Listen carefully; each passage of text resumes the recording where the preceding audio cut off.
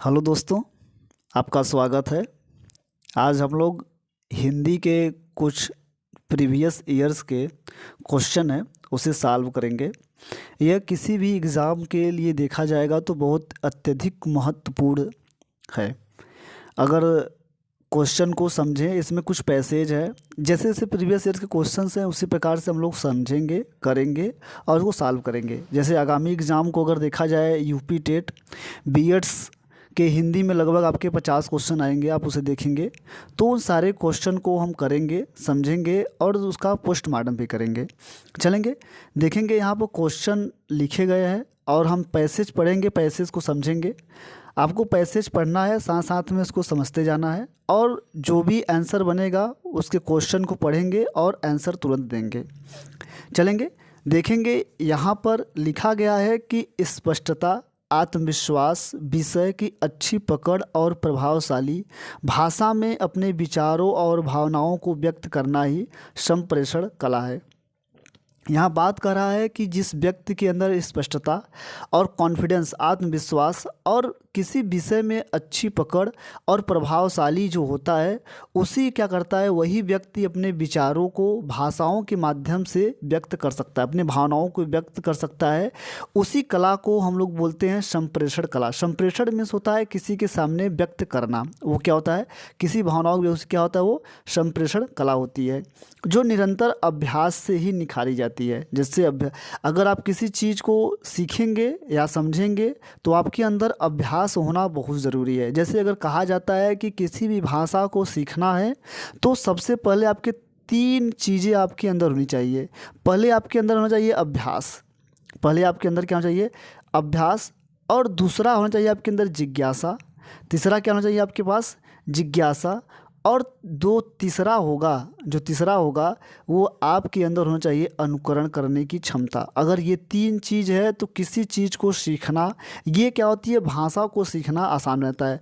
पहला जो होता है वो अभ्यास होता है, दूसरा क्या होता है, जिज्ञासा होता है, तीसरा क्या होता है, अनुकरण होता है। अगर ये 3 चीज़ अगर आपके अंदर है तो किसी भाषा को या संप्रेषण कला से आप निखार सकते हैं। तो वही कह रहा है कि भावनाओं को व्यक्त करना ही संप्रेषण कला है, जो निरंतर अभ्यास से निखारी जा सकती है।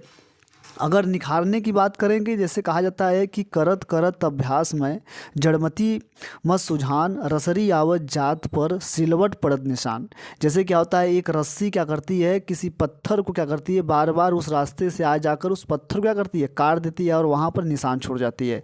ऐसे अगर आप किसी भाषा को सीखेंगे तो आपके अंदर क्या हो जाएगा, विचारों को और भावनाओं को व्यक्त करने की कला बिखर जाएगी। ये कला तभी आपके अंदर विकसित होगी जब आपके अंदर निरंतर अभ्यास होगा तभी।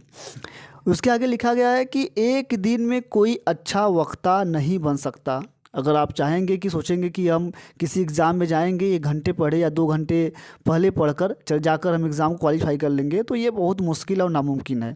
तो वही कह रहा है कि अगर एक दिन में कोई अच्छा वक्ता नहीं बन सकता है कि हम लोग बिना अभ्यास किए जाकर कहीं पर अच्छी भाषा बोल सके, तो अभ्यास पर अनायास ही किसी की पकड़ नहीं हो पाती है। आप देखते होंगे किसी व्यक्ति को बहुत अच्छा वक्ता होता है, बोलता है और अच्छे अच्छे शब्दों का प्रयोग करता है, अच्छे अच्छे अर्थों का निकालने का प्रयास करता है, तो उसका मतलब ये है कि वो अनायास ऐसे ही भाषा का प्रयोग नहीं कर रहा है। वो क्या है, बहुत ज़्यादा किताबें और अत्यंत अभ्यास के कारण वो क्या है, अपनी भाषा शैली पर पकड़ बना लिया है। तो कहा जाता है कि इसी अभ्यास से स्वामी विवेकानंद ने जिस संप्रेषण कला का विकास किया था, उसे विश्व धर्म सम्मेलन में लाखों अमेरिकी निवासियों को चकित और मोहित कर दिया था। तो यहाँ पर आप जानते हैं स्वामी विवेकानंद के बारे में आप अच्छी तरह जानते हैं कि इन्होंने 1893 ईस्वी में जाकर विश्व धर्म सम्मेलन में इन्होंने जाकर एक भाषण दिया और पूरे विश्व के व्यक्तियों को अपनी तरफ क्या कर लिया, मोहित कर लिया, अमेरिकी निवासियों को मोहित कर लिया और उन्हें बोलने की कला जो विकसित थी वो बहुत अभ्यास के बाद प्राप्त हुई थी। तो चलेंगे अब हम पैसेज के, इसमें लिखा गया है कि इसमें 2 क्वेश्चन है, 31 और 32, 2 क्वेश्चन आपको हल करने हैं। क्वेश्चन को देखना है और पढ़ना है आपको। देखेंगे यहाँ पर लिखा गया क्वेश्चन, आपके 2 क्वेश्चन हैं। पहला क्वेश्चन है आपका, संप्रेषण कला क्या नहीं है। अभी हमने देखा है संप्रेषण कला क्या होता है, आत्मविश्वास भी होता है, प्रभावशाली हुई होता है, विचारों और भावनाओं की व्यक्त करने का एक कला होती है। लेकिन जो अलंकरण है वो संप्रेषण कला नहीं है। ये अलंकृत नहीं कर सकते, आप भाषा को अलंकृत कर सकते हैं क्या? नहीं। तो संप्रेषण की जो कला होती है वो अलंकरण नहीं है। तो आपका जो ऑप्शन होगा वो क्या होगा? ए होगा। और ये तीनों ऑप्शन आपके हैं, ठीक है। चलेंगे अगले क्वेश्चन की तरफ बढ़ देंगे। अगला क्वेश्चन देखेंगे, लिखा गया है संप्रेषण कला का विकास किससे होता है? संप्रेषण कला का विकास किससे होता है? अभ्यास से होता है कि भाषण से होता है कि अनायास ही हो जाता है कि किसी अच्छी विषय पर अच्छी पकड़ होनी चाहिए? तो आपको बताया गया है कि अगर किसी के अंदर संप्रेषण कला का जो विकास होगा, उसके अंदर सबसे पहले क्या होना चाहिए? उसके अंदर अभ्यास होना चाहिए। आपको बताएं, अगर अभ्यास नहीं रहेगा तो आपके अंदर कला विकसित नहीं होगी। तो उसका ऑप्शन नंबर क्या हो जाएगा? ए हो जाएगा। चलेंगे अगले क्वेश्चन की तरफ बढ़ते हैं। अगला क्वेश्चन लिखा गया है कि निम्न में से कौन सा संयुक्त कौन सा नहीं, मतलब संयुक्त अक्षर कौन सा नहीं है? य नहीं है, छ नहीं है, त्र नहीं है, ज्ञ नहीं है। तो आपको पता होगा कि संयुक्त व्यंजन हम लोग बोलते किसे हैं? संयुक्त व्यंजन क्या होता है? संयुक्त व्यंजनों की जो संख्या होती है वो आपके पास कितनी होती है? 4 होती है। संयुक्त व्यंजनों की संख्या 4 होती है। आपका होता है छ, त्र, ज्ञ और स्र। ये क्या होते हैं? 4 अक्षर आपके जो होते हैं वो संयुक्त व्यंजन होते हैं। इसमें आप देखेंगे कि आपके पास जो ऑप्शंस है उसमें छ, त्र, ज्ञ और स्र आपको देखेंगे, छ भी दिया है, त्र भी दिया है और ज्ञ भी दिया है। आपका जो ऑप्शन होगा वो कौन सा सही होगा? वह ए सही होगा। ये आपका संयुक्त व्यंजन नहीं है। ये आपका जो य है वो अंतस्थ व्यंजन है। वो क्या है? अंतस्थ व्यंजन। अंतस्थ व्यंजन क्या होता है? य, र, ल, व। ये अंतस्थ व्यंजनों की संख्या भी कितनी होती है? 4 होती है। अंतस्थ व्यंजनों की संख्या क्या होती है? 4 होती है। यह क्या है? आपका अंतस्थ व्यंजन है। ये आपका कौन होगा? य होगा, र होगा, ल होगा और व। ये आपके 4 अक्षर जो हैं वो अंतस्थ व्यंजन है। चलेंगे अगले क्वेश्चन की तरफ बढ़ते हैं हम लोग। अगला क्वेश्चन लिखा गया है कि मृत्युंजय, क्वेश्चन आपका है मृत्युंजय पद में कौन सा समास है? कौन सा समास है? मृत्युंजय में अर्थार्थ में क्या होता है? मृत्युंजय का जो अर्थ होता है क्या होता है? मृत्यु को जीतने वाला। मृत्यु को जीतने वाला ही क्या होता है? मृत्युंजय होता है। अर्थार्थ शिव। आपको पता होगा कि जब किसी भी पद का एक अलग अर्थ निकलता है, उसका जो समास विग्रह करते हैं उसका एक तीसरा जब अर्थ निकलने लगता है उसे हम लोग बोलते हैं बहुब्रीहि समास। क्या बोलते हैं? बहुब्रीहि समास बोलते हैं। तो मृत्यु पर विजय प्राप्त करने वाला या मृत्यु को जीतने वाला को हम लोग क्या बोलते हैं? मृत्युंजय बोलते हैं। वो क्या होता है? बहुब्रीहि समास कहलाता है। देखेंगे द्विगी समास क्या होता है, जो आप देखेंगे ये ऑप्शन आपका है द्विगी समास। द्विगी समास में देखेंगे ये क्या होता है? द्विग में होता है गिनती, मतलब द्वि में होता है, द्विज में होता है, मतलब गिनती को बात कर रहा है, जिसमें गिनती आ जाए, जिसमें संख्या की बात किया जाता है उसे द्विग समास कहते हैं। जैसे चौराहा, नवरात्रि, त्रिलोक, सप्त सिंधु आदि ये सब जो शब्द होते हैं वो द्विगु समास के अंतर्गत रखते हैं। अब देखेंगे कर्मधारय समास। कर्मधारय समास क्या होता है?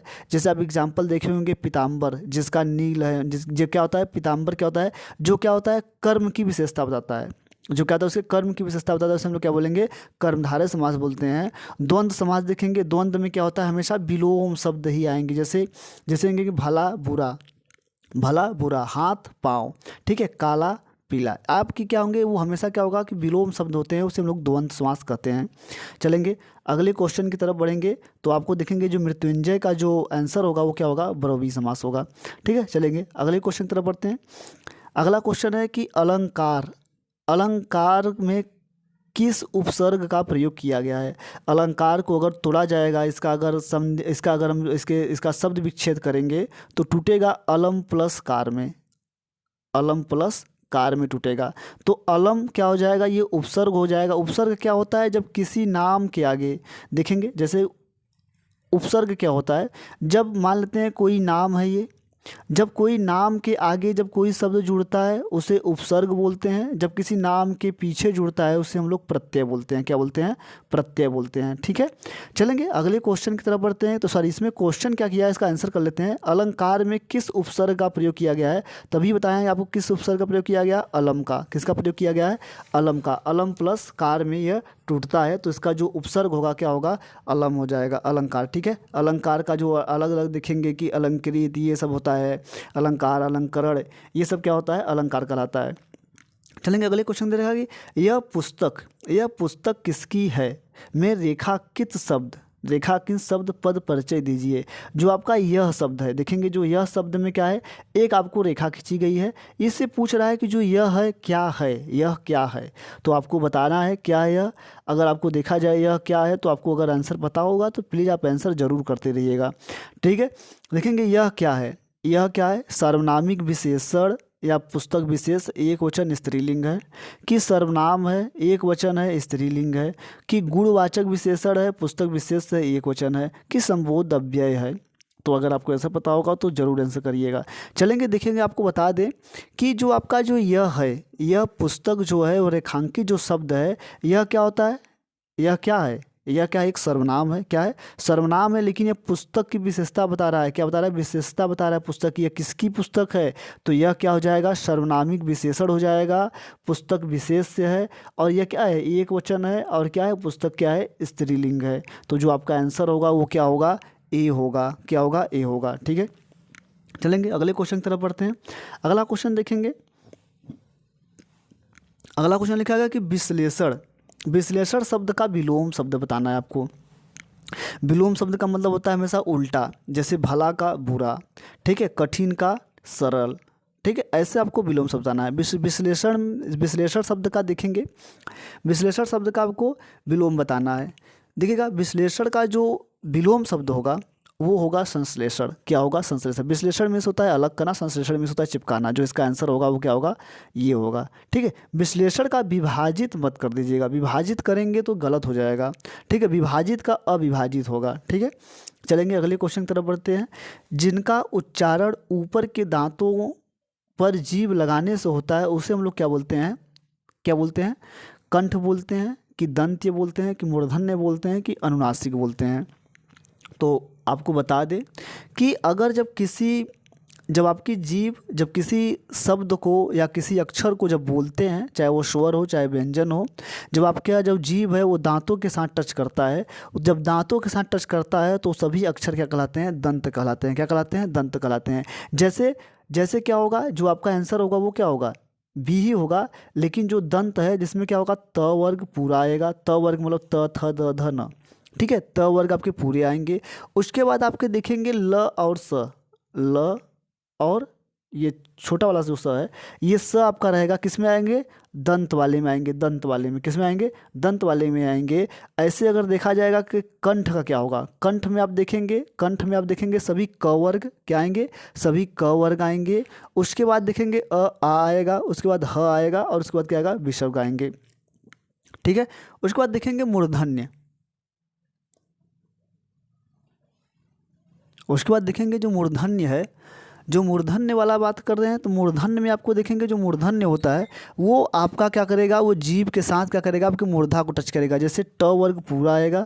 उसके बाद ऋषि, जो ऋषि होता है वो भी क्या होता है, आपके ट वर्ग में आता है। उसके बाद क्या देखेंगे, र आएगा और व। ये 5 अक्षर जो आपके आते हैं ये सब किसमें, मूर्धन्य में आते हैं। अनुनासिक जो स्वर होते हैं, अनुनासिक जो वाले होते हैं, अनुनासिक में जो क्या होता है, आपके जो पंचमा अक्षर होते हैं जो नाक की तरफ बोले जाते हैं, जैसे अंग, इय, और ये सब जो आपके जो लास्ट वाले, ठीक है, प्रत्येक वर्ग का जो 5वां अक्षर होता है वो सब क्या कहलाते हैं, अनुनासिक अक्षर कहलाते हैं। चलेंगे अगले क्वेश्चन की तरफ बढ़ते हैं।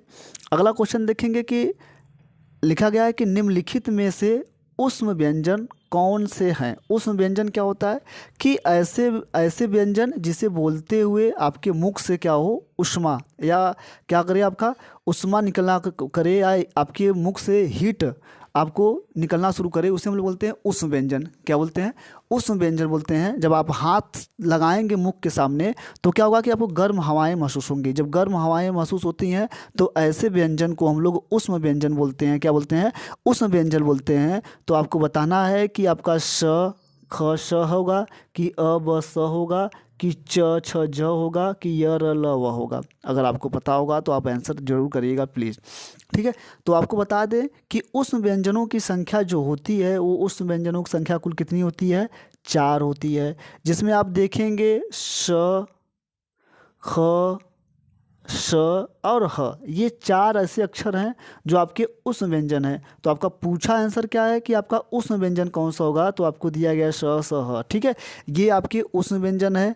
जो च छ ज है ये तालव्य है, ये क्या है, तालव्य है। और यह अलावा क्या है, अंतस्थ व्यंजन है। और अ ब स जो है ये तो कोई नहीं है, सब अलग अलग अक्षर हैं इसमें, तो इसका कोई भी क्या होगा आप नहीं कर सकते हैं। ठीक है, अगले क्वेश्चन की तरफ बढ़ते हैं। अगला क्वेश्चन लिखा गया है कि अत्यधिक का विलोम क्या होगा। अत्यधिक का विलोम क्या होगा, आपको आंसर करना है कि अत्यल्प होगा कि अत्यधिक होगा कि अनधिगत होगा कि अनधीन होगा। अगर आपको आंसर पता होगा तो आप आंसर ज़रूर करिएगा।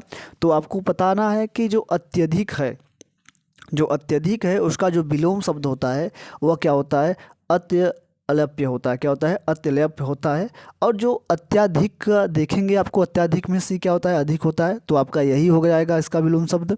उसके बाद आप देखेंगे जो अनधिगत है, जो अनधिगत है, अनधिगत में से होता है अप्राप्त। क्या होता है, अप्राप्त, जिसे प्राप्त ना किया सके वो क्या होता है, अनिगत होगा।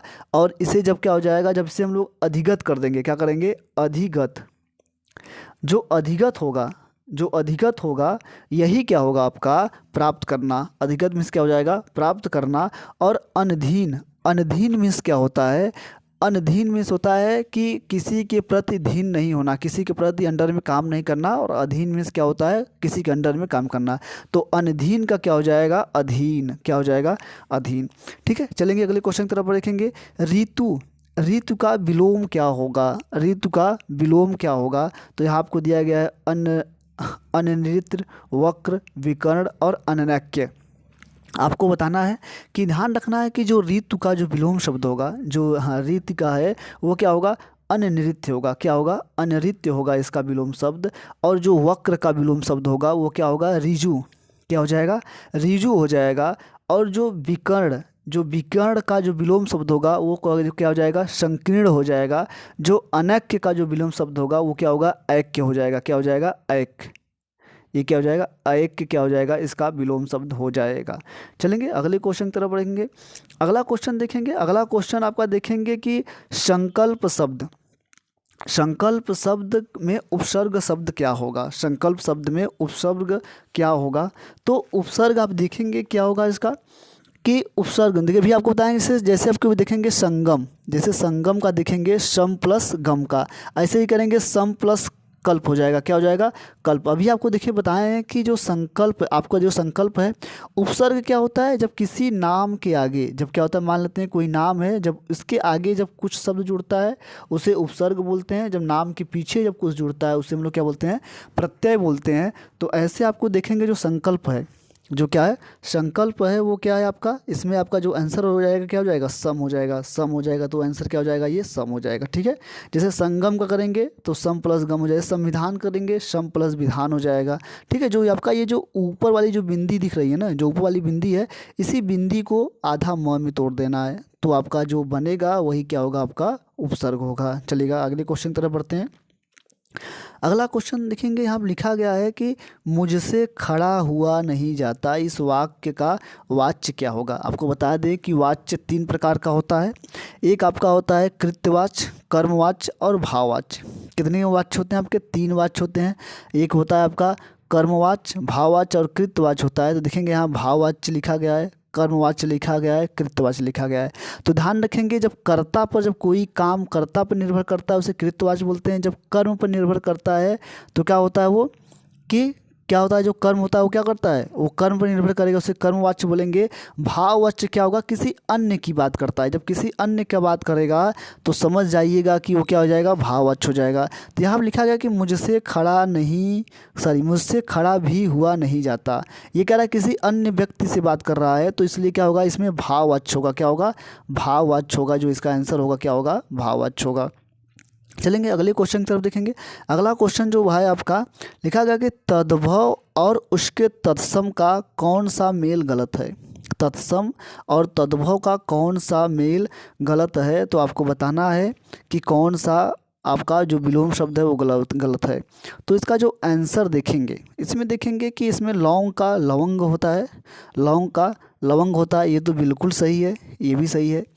आंत्र का जो होता है वो आंत्र होता है, जो आंत का जो होता है वो आंत्र होता है, ये भी सही है, चलिएगा ये भी सही है। उसके बाद लुनाई, जो लुनाई का होता है वो लावर्ता होता है, क्या होता है, लावर्ता है, ये भी क्या है, दोनों सही है। आपका देखेंगे जो आयुष का है, जो आयुष का होता है ये भी आदेश भी क्या है, सही है। लेकिन इसमें सभी ऑप्शन तो सही दिख रहे हैं, लेकिन जो इसके ऑप्शन जो होंगे इसमें लुनाई और लवड़ता, तो जो सॉरी जो लवड़ता होगा इसमें क्या होगा, ये लुनाई का ही लवड़ता होगा, जो आपका ऑप्शन होगा ये क्या होगा, बी होगा। जो अंत्र होगा ये आंत्र होगा, ठीक है, जो आंत्र जो आंत लिखा गया है वो क्या होना चाहिए, वो आंत्र होना चाहिए। तो यहाँ पर देखेंगे बी और सी दो आंसर मिल रहे हैं, यहाँ पर कितने आंसर मिल रहे हैं, दो आंसर, ये भी मिल रहा है और ये भी मिल रहा है। तो ये भी क्या होगा कि दोनों आंसर सही हैं, तो ये आयोग द्वारा क्या होगा, हटा दिया गया होगा, ठीक है। चलेंगे अगले क्वेश्चन की तरफ देखते हैं हम लोग। अगला क्वेश्चन देखेंगे, अगला क्वेश्चन देखेंगे कि लेखक और उसकी रचना का कौन सा जोड़ा क्या है, आपको बताना है। देखते हैं कि लिखा गया है कि लेखक और उसकी रचनाओं का कौन सा जोड़ा गलत है। तो आपको बताना क्या है, यहाँ पर लिखा गया है कि संस्कृत के 4 अध्याय, क्या रामधारी सिंह दिनकर ने लिखा है कि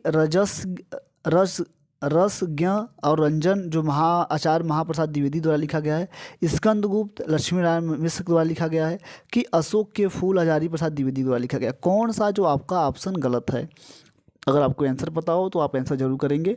तो आपको बता दें कि देखेंगे कि जो संस्कृति के 4 अध्याय हैं वो रामधारी सिंह दिनकर के द्वारा लिखा गया, बिल्कुल सही है। रसज्ञ और रंजन जो है वो आचार्य महावीर प्रसाद द्विवेदी के द्वारा लिखा गया है। जो स्कंदगुप्त है वह लक्ष्मी नारायण मिश्र के द्वारा नहीं लिखी गई है, वो किसके द्वारा लिखी गई है, जयशंकर प्रसाद के द्वारा। किसके द्वारा लिखी गई है, जयशंकर प्रसाद के द्वारा क्या है ये रचना लिखी गई है। अशोक के फूल जो है वो हजारी प्रसाद द्विवेदी के द्वारा लिखा गया है, कि जो आपका आंसर होगा वो क्या होगा, सी होगा। चलेंगे अगले को आंसर की तरफ, क्वेश्चन की तरफ चलते हैं। कवि और उसकी रचनाओं का कौन सा जोड़ा सही नहीं है। तो देखेंगे शिव भूषण का जो भूषण रचना ये लिखा गया है, शब्द रसायन क्या किसके द्वारा लिखी गई, देव के द्वारा लिखी गई है। जो परिमल है सूर्यकांत त्रिपाठी द्वारा लिखा गया है। जो उद्धव शतक है वो भारतेंदु हरिश्चंद्र द्वारा लिखी गई है कि नहीं, आपको आंसर करना है। शिवराज भूषण द्वारा लिखी गई है। शब्द रसायन देव के द्वारा लिखी गई है। परिमल सूर्यकांत त्रिपाठी निराला जो है वो लिखी गई है। उद्धव शतक भारतेंदु हरिश्चंद्र द्वारा लिखी है। कौन सा जो आंसर होगा आप बताइए। तो आपको बता दें कि शिवराज भूषण के द्वारा लिखी गई है। शब्द रसायन देव के द्वारा लिखी गई है। और जो परिमल है वो सूर्यकांत त्रिपाठी निराला के द्वारा लिखी गई है। जो उद्धव शतक है वह भारतेंदु हरिश्चंद्र के द्वारा नहीं लिखी गई है। और इसका जो आंसर होगा जो ये क्या होगा, जगन्नाथ, क्या नाम होगा, जगन्नाथ दास के द्वारा लिखा गया, जिसे हम लोग रत्नाकर भी बोलते हैं। जगन्नाथ दास को हम लोग रत्नाकर भी बोलते हैं। चलेंगे अगले क्वेश्चन की तरफ बढ़ते हैं। अगला क्वेश्चन देखेंगे। अगला क्वेश्चन लिखा गया है कि लेखक और उसकी कृति के युग्म का सही गलत आपको बताना है। बोलगा से गंगा राहुल शंकरताय ने लिखा है। सूरज का 7वां घोड़ा धर्म सिंह भारती द्वारा लिखा गया है। आर्यों का आदि देश डॉक्टर शंपूरानंद द्वारा लिखा गया है। दर्शन दिग्दर्शन जो आपका है रामचंद्र शुक्ल द्वारा लिखा गया है। तो आपको इसमें चारों में से कौन सा आंसर सही होगा, जो आपको गलत है इसमें से, आप आंसर को बताइए ज़रूर। ठीक है, चलेंगे देखेंगे जो इसका जो आंसर होगा, जो बोलगा से गंगा लिखा गया है वो राहुल शंकरतायन के द्वारा ही लिखा गया है। सूरज का जो 7वां घोड़ा है वो धर्मवीर भारती द्वारा ही लिखा गया है। आर्यों का आदि देश डॉक्टर शंपूरानंद के ही द्वारा लिखा गया है। जो दर्शन दिग्दर्शन है वो रामचंद्र शुक्ल के द्वारा नहीं लिखा गया है राहुल शंकरतायन के द्वारा ही लिखा गया है। ये क्या है, राहुल शंकरतायन के द्वारा ही लिखा गया है, दर्शन दिग्दर्शन। चलेंगे अगले क्वेश्चन की तरफ देखेंगे हम लोग।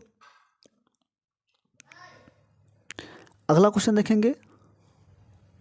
अगला क्वेश्चन है कि विराम चिन्ह की दृष्टि से कौन सा वाक्य अशुद्ध है, वह ईमानदार, परिश्रम, कर्मठ और मृदुभाषी है। उसके पास धन वैभव नौकर चाकर आदि सभी कुछ था। हाँ मेरा यही विचार है। हाँ हमारे घर आना चाहते हो तो आइए, ठहरना चाहते हो तो ठहरिए। इसमें कौन सा वाक्य अशुद्ध है? आप देखेंगे वह ईमानदार, कामा परिश्रमी, कामा कर्मठ और मृदुभाषी है। ये तो बिल्कुल सही है, इसमें सारी चीज़ें लगाई गई हैं। उसके पास धन वैभव, फिर कामा लगाया गया है। उसके बाद नौकर चाकर आज सभी कुछ था, बिल्कुल ये भी सही है। हाँ मेरा यही विचार है, ये गलत लग रहा है। ये क्या है? गलत है। इसमें हाँ के बाद ये विस्मयाय बोधक लगना चाहिए। इसके बाद क्या होगा? विस्मयाय बोधक लगेगा तब जाकर सही होगा। उसका मतलब कि यही आपका जो होगा आंसर होगा सी। हाँ मेरा यही विचार है। चलेंगे अगले क्वेश्चन की तरफ बढ़ेंगे। कौन सा शब्द भिन्न अर्थ प्रकृति का है? भिन्न अर्थ प्रकृति का है। देखेंगे चिरंतन। चिरंतन जो है, चिरंतन जो होगा ये आपका ये भी सही है। चिरंतन मीन्स होता है बहुत दिनों से चलने वाला है। चिरंतर जो होगा बहुत दिनों से चलने वाला या पुरातन या रहने वाला। शाश्वत मीन्स होता है जो कभी बदलने वाला नहीं। सनातन मीन्स होता है जो क्या होता है? परंपरा के अनुसार चले आने वाला। ठीक है। और जो अधुनातन होता है, अनुधातन मीन्स होता है आधुनिक के द्वारा जो चला जाता है। ये तीनों एक समान प्रवृत्ति के हैं। ये क्या है? प्रवृत्ति इसकी अलग है। इसलिए क्या होगा? इसका जो आंसर होगा वो क्या होगा? डी होगा। अर्वाचीन। अर्वाचीन जो देखेंगे, अर्वा जो चीन शब्द है, अर्वाचीन शब्द का विलोम शब्द क्या होगा? अर्वाचीन शब्द का जो विलोम शब्द होगा उसका जो अर्थ होगा वो क्या होगा? प्राचीन होगा। अर्वाचीन में होता है प्राचीन होगा। देखेंगे जो अधनत होगा, अधनत का जो विलोम शब्द होगा वो क्या होगा? अनधनत होगा। अधुनातन में होता है पुरातन होगा इसका विलोम शब्द। और सनातन का जो विलोम शब्द होगा वो क्या होगा? अस्थाई। ठीक है, सनातन का क्या होगा? अस्थाई। अगला क्वेश्चन देखेंगे हम लोग। व्याकरण की दृष्टि से कौन सा शब्द अशुद्ध है? अशुद्ध है बिरहड़ी, गृहणी, विभीषण, जगत गुरु। कौन सा गलत है? तो आप ध्यान रखना है कि जो विलोम जो अशुद्ध है बिल्कुल क्या है? जो गृहणी है ये भी सही है, विभीषण ये भी सही है, जगत गुरु क्या है? ये भी सही है। जो बिरहड़ी है वो गलत है। ये बिरहिणी हो चाहिए, बिरहिणी होनी चाहिए। यहाँ पे छोटी ई की ह के पर क्या होगा? छोटी ई की मात्रा लगेगी तब जाकर ये क्या होगा? शुद्ध होगा। चलेंगे अगले क्वेश्चन की तरफ बढ़ेंगे। अगला क्वेश्चन लिखा गया है निम्न में से कौन सा युग्म गलत है? लुटिया डुबाना, सारा काम चौपट होना। यहाँ आप देखेंगे मुहावरा टाइप का लग रहा है, ये मुहावरा है आपका। ध्यान रखना है आपको कि लुटिया डुबाना, सारा काम चौपट होना, सब्ज बाग दिखलाना, हरा भरा करना, मुट्ठी गर्म करना, रिश्वत देना, माई का लाल मीन्स होता है साहसी व्यक्ति। बिल्कुल होता है। लुडिया डुबाना में सारा काम चौपट होना। सब्ज बाग दिखलाना, सब्ज बाग दिखलाने का मतलब होता है ये युग्म गलत होता है। सब्ज बाग दिखलाने का मतलब होता है लालच देकर बहकाना। ये क्या होगा? सब्ज बाग जो दिखलाना होता है हरा भरा करना नहीं होता है। इसका जो अर्थ होगा वह होता है कि लालच देकर बहकाना, लालच देकर बहकाना होगा। तो इसलिए क्या होगा? आंसर गलत होगा। मुट्ठी गर्म मीन्स करना होता है रिश्वत लेना। माई के लाल होता है साहसी व्यक्ति। ठीक है। सब्ज बाग का जो दिखलाना होगा इसका जो अर्थ होगा लालच देकर बहकाना होगा। ध्यान रखेंगे। ठीक है। चलेंगे अगले क्वेश्चन की तरफ बढ़ेंगे। अगला क्वेश्चन देखेंगे कि लिखा गया है कि मेरी भव बाधा हरो, मेरी भव बाधा हरो, राधा नागरी सोय, जा तन की झाई परे, श्याम हरित दुति होय। इसमें कौन उपर्युक्त दोहे में कौन सा अलंकार है? अनियुक्ति है, यमक है, श्लेष है, रूपक है। तो आपको आंसर देना है। तो आप देखेंगे कि यहाँ पर क्या है? रूप की भी बात कर रही है कि मेरी भव बाधा हरो, राधा नागर सोई, जा तन की झाई परे, श्याम हरित दुति होय। यहाँ पर ध्यान देखेंगे रूपक अलंकार भी दिख रहा है और श्लेष अलंकार भी दिख रहा है। दोनों अलंकार है। जैसे श्लेष में क्या होता है? चिमकना, मतलब होता है किसी एक शब्द का अनेक अर्थ निकलना। जैसे क्या होगा?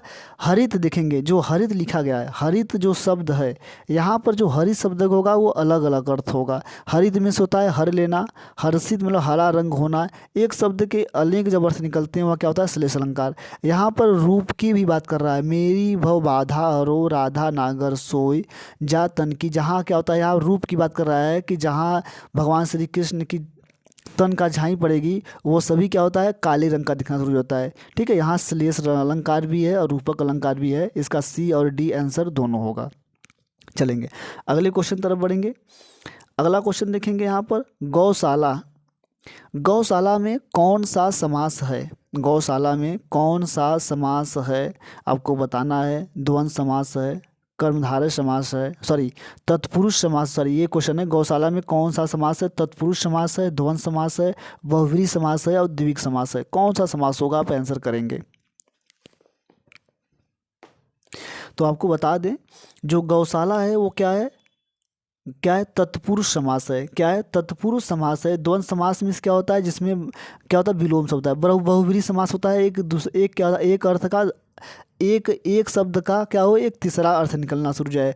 द्विग में क्या होगा, उसमें गिनती संख्या की बात करता है। तत्पुरुष समास आप देखेंगे इसके कुल छह समास होते हैं, जैसे संप्रदान कारक। ये आप क्या होगा कि गौशाला, जो गौशाला का जो समास विग्रह करेंगे वह होगा गौ के लिए शाला। गौ के लिए शाला के लिए जब शब्द आएगा वही क्या हो जाएगा, तत्पुरुष या संप्रदान समास हो जाएगा।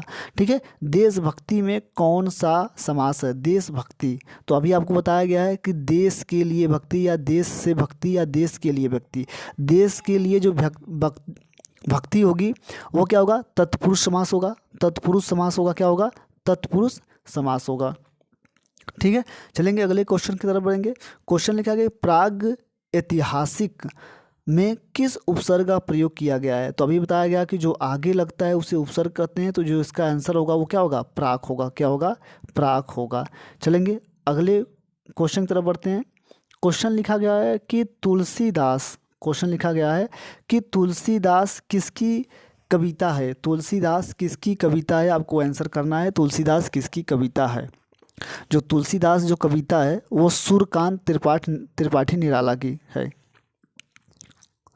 चलेंगे देखेंगे कि जो तुलसीदास है, जो तुलसीदास जो रचना है वह किसकी है? सूर्यकांत त्रिपाठी निराला की है। सूर्यकांत त्रिपाठी निराला की रचना है। ठीक है, चलेंगे अगला देखेंगे। अगर इनकी अन्य रचनाएं के बाद देखेंगे, जैसे क्या होगा कि साध्य कंकाली, अपरा, आराधना, अरमीड़ा, अर्चना, ये कुछ ऐसी रचनाएं हैं सूर्यकांत निराला की।